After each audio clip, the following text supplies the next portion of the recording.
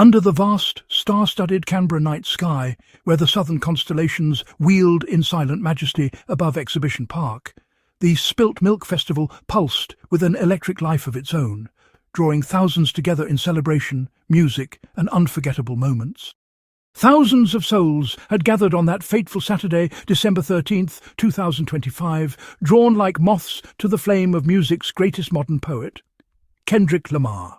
The air thrummed with anticipation, heavy with the scent of summer grass trampled underfoot and the distant promise of rain. Lights slashed across the darkness, pyrotechnics bloomed like fiery flowers, and the bass lines from earlier acts still echoed in the bones of the crowd. But nothing, absolutely nothing, could have prepared them for the transcendent moment that was about to unfold.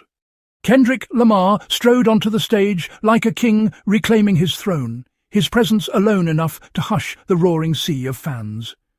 Every eye in the arena was fixed on him, anticipation crackling in the air. Clad in simple yet commanding attire, he launched into his set with the ferocity of a storm unleashed. Tracks from his storied catalogue exploding forth, each lyric a dagger, each beat a heartbeat, shared by tens of thousands, uniting the crowd in a single pulse. The crowd surged as one, a living entity waving arms like ocean waves, screaming affirmations into the void, their energy feeding back into the performance. He was in the midst of his Grand National Tour's Australian leg, a victory lap after a year that saw him dominate the world stage, from Grammy sweeps to a Super Bowl spectacle that shattered records and expectations alike. Yet here, in the heart of Australia's capital, on Ngunnawal land, he was about to remind everyone why he transcends mere stardom, becoming a true icon for this generation. Mid-performance, as the energy crested like a tidal wave ready to crash, Kendrick paused. The music faded, and anticipation hung thick in the air. The lights dimmed to an intimate glow, casting a gentle warmth over the stage and crowd alike. A hush fell over the festival grounds, so profound that one could almost hear the stars whispering overhead, as if the universe itself was holding its breath. He leaned forward, peering into the front rows, his eyes locking onto a small figure perched on shoulders amidst the throng, curiosity flickering across his face. A young girl, no more than 9 years old, her face alight with wonder, draped in the colours of the Aboriginal flag, black, yellow, red, a symbol of resilience and pride. Kendrick asked, "What's your name?" Kendrick's voice boomed gently through the speakers, cutting through the silence like a beacon, inviting her to share her story. The girl, Kalina, spelled it out letter by letter, her voice amplified for all to hear, trembling with excitement. The crowd erupted in cheers, sensing something magical brewing in that unforgettable moment. Kendrick smiled, that rare, genuine smile that pierces through his often stoic facade, lighting up the night. "It's her birthday today," he announced, and the revelation rippled outward like a stone dropped in still water. In that instant, the mighty festival stage, capable of hosting global titans, shrank to the size of a backyard gathering. Kendrick, the Pulitzer Prize-winning lyricist who weaves tales of struggle, triumph and black excellence, turned his gaze fully upon this one young soul. "She was official from the start," he declared, his words laced with warmth and respect. "Now she's super duper official." The crowd roared in agreement, a thunderous affirmation that shook the earth. Then, with the authority of a conductor commanding an orchestra, Kendrick raised his hand. "Make some noise for Kalina." The response was deafening, a wave of love crashing toward the stage. But he wasn't done. "Now, on 3, we go and sing Happy Birthday to Kalina. Don't mess this up. The cameras are everywhere. We go and take this back to America. 1, 2, 3, and sing they did. Tens of thousands of voices united under the Canberra night, lifting the simple melody into something sacred, something eternal. Happy birthday to you, happy birthday to you, happy birthday, dear Kalina. The harmony swelled, imperfect yet perfect, raw and resounding. Kalina, tears streaming down her cheeks, beamed up at her idol, the moment etching itself into her heart forever. For her, a young Aboriginal girl whose people have endured centuries of hardship, yet persist with unyielding spirit, this was more than a song. It was validation, recognition, a global icon pausing his empire to honour her existence. But Kendrick's generosity knew no bounds.